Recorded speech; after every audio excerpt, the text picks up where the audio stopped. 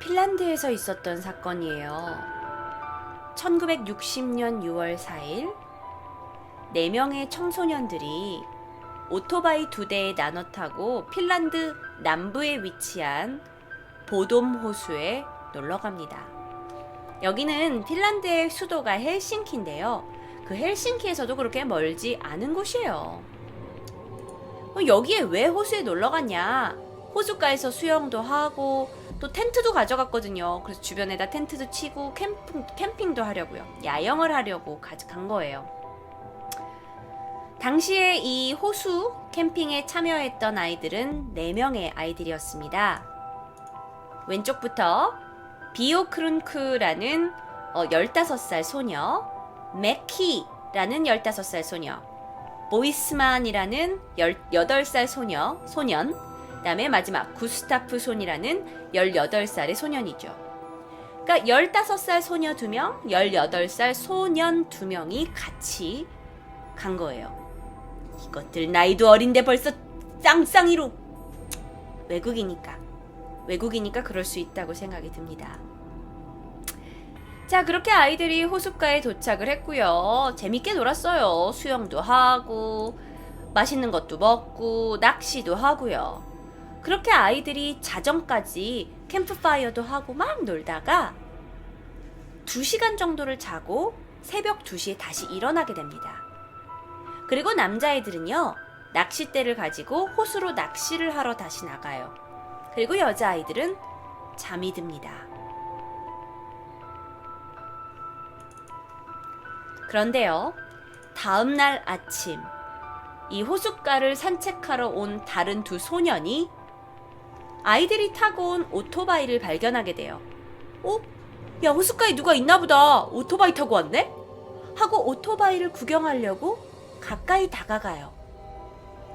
그런데 오토바이 근처에 텐트가 하나 있는 거예요. 야, 누가 야영 와서 텐트 쳤나 보다. 그런데 이상합니다. 그 텐트가 완전히 뭉개져 있어요.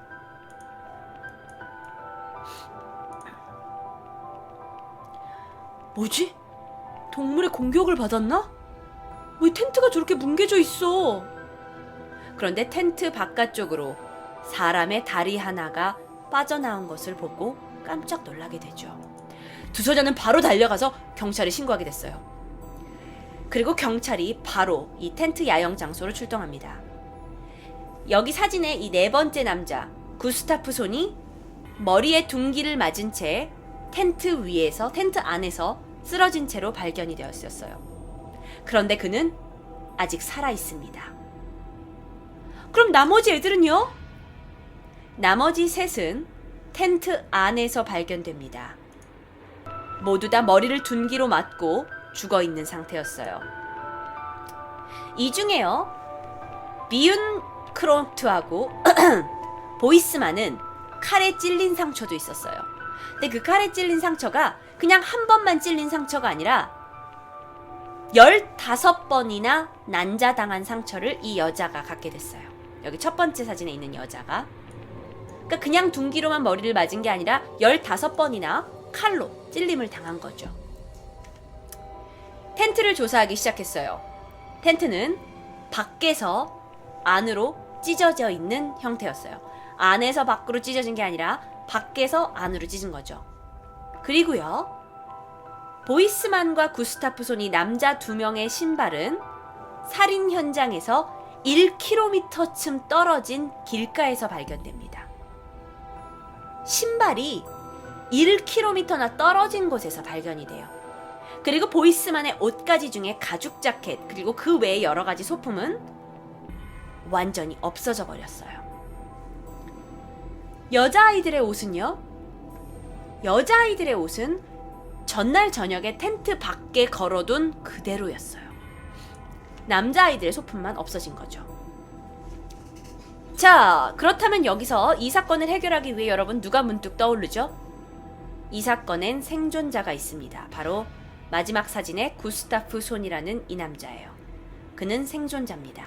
그는 병원으로 바로 옮겨졌어요. 그래서 치료를 받고 회복을 했는데 자기가 잠든 후에 일어난 일을 단 한 개도 기억하지 못해요.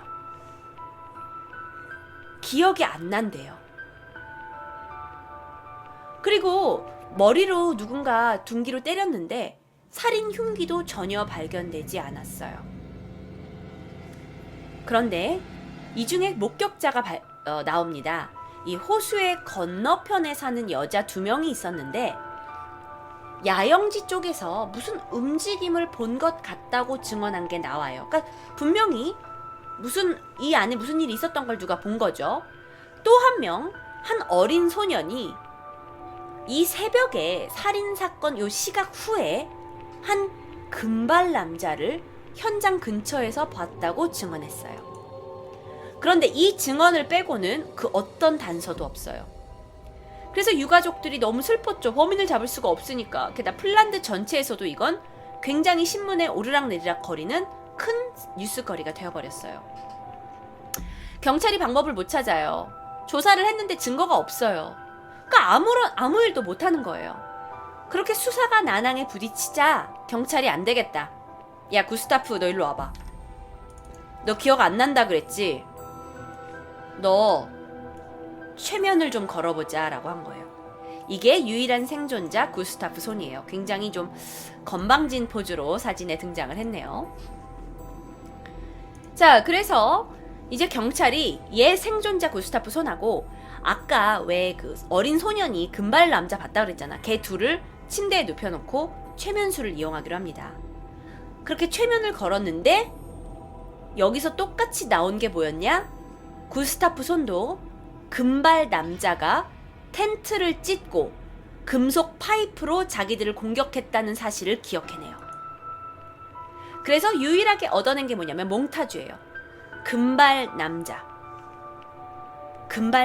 텐트를 공격했다고 생각을 한 거죠. 근데 아니 핀란드에 금발 남자가 한두 명이겠어요? 또 다른 증거 없이 무슨 금발 남자만 모두 다 용의자일 수는 없잖아요. 그렇게 수사는 계속 어려움에 처해 갔어요. 그러다가 수사가 계속되면서 드디어 용의자들이 나오기 시작합니다. 첫 번째 용의자예요.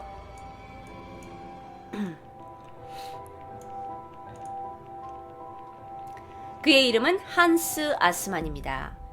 그는 핀란드에 살고 있지만 독일인이었어요. 그리고 이 보돔 호수 근처 마을에 살고 있었고요.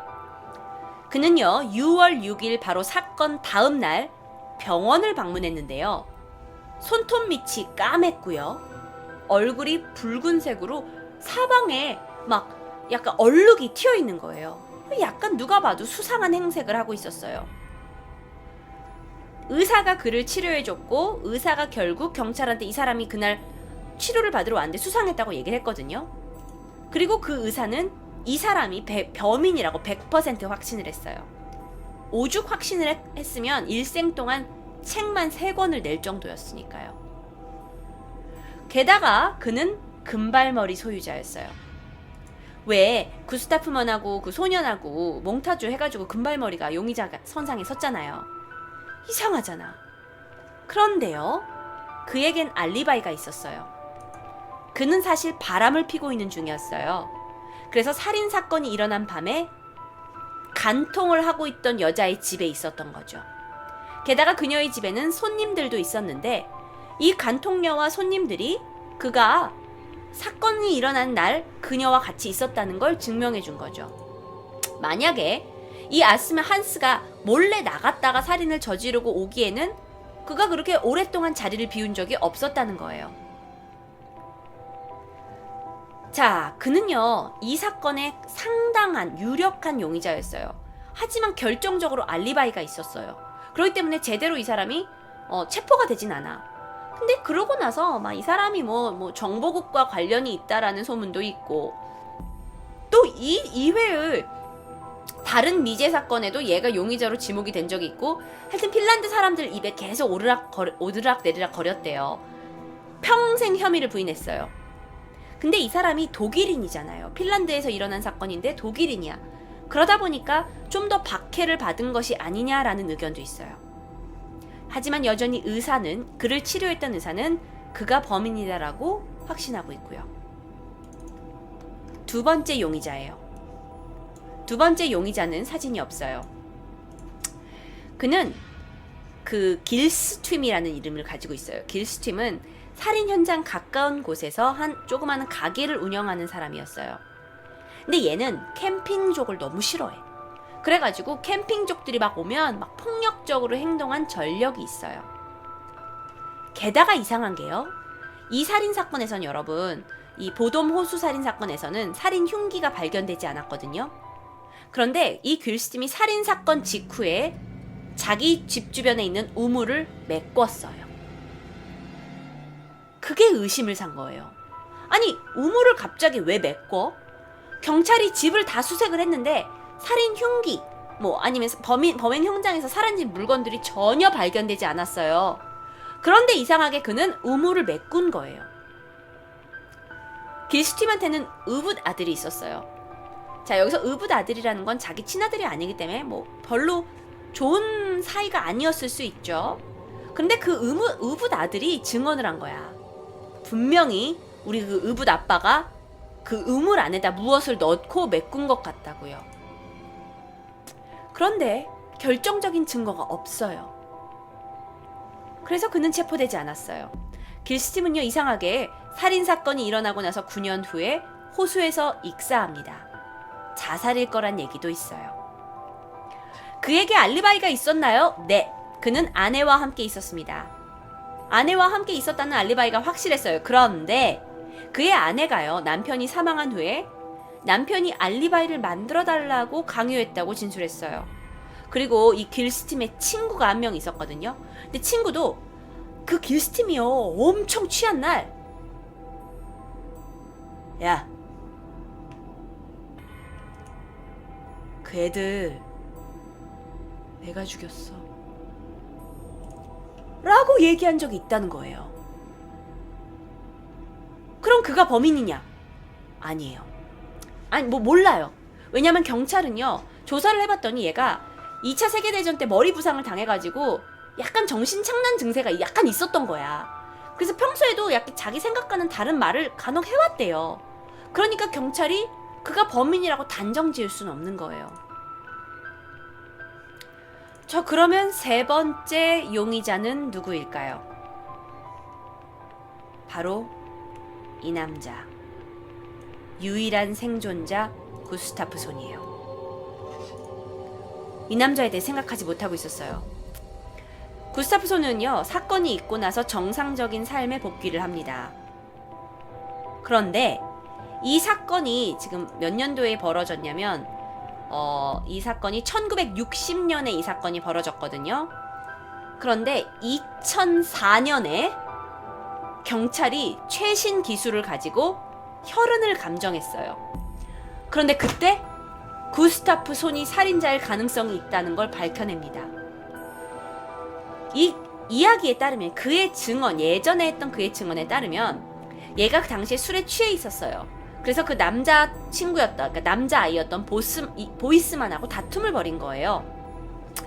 그런데 다툼이 있다가 또 얘가 술에 취한 채 그 비오크라는 첫 번째 사진에 있던 여자아이를 강간하려고 했어요.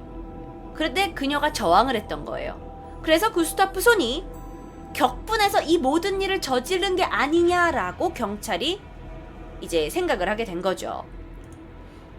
자, 그렇게 생각을 해보면 누군가가 와서 둔기로 머리를 치고 나서 여자아이들의 칼로 찔렀어요.